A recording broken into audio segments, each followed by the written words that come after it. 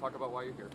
Yeah, so a lot of it is we're bringing our Michigan First agenda out here to talking about how to improve education, improve our roads, improve permitting to get our economy back on track. We're going to be talking about how do you preserve more farmland in our rural agenda. And we're also going to be talking about when is the governor going to call a special election in Midland, Saginaw, and Bay City to make sure 270,000 people in the Great Lakes Bay Area are actually represented down in Lansing. And so I've been trying to spend a bit more time up in Midland, Bay, and Saginaw, as they don't currently have representation.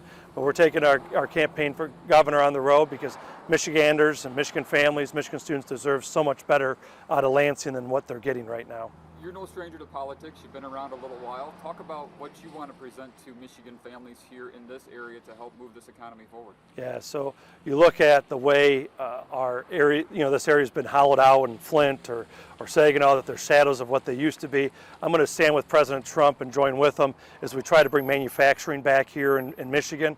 We got to get back to basics on taxes, on energy, on permitting, to making sure that we're growing and investing here in Mid-Michigan, in the Flint area, and that we're also, I think, on education, we got to provide career pathways. I think too much of the time, folks, it's been a one-size-fits-all. Everybody's going to go on to college.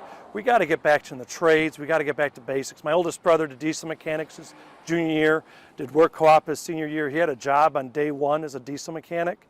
And I think we need to get back to basics to saying that if we're going to replace and grow jobs here in the state, if we're going to go ahead and rebuild our economy, rebuild manufacturing, then we got to get back to basics in the trades. Mike Rowe was in Michigan a few weeks ago, dirty jobs guy. He says for every 5 people retiring from the trades, there's only 2 people coming in. I think there's a lot of opportunities for Michigan kids to become tradesmen in Michigan. But we also got to get back to basics in elementary school.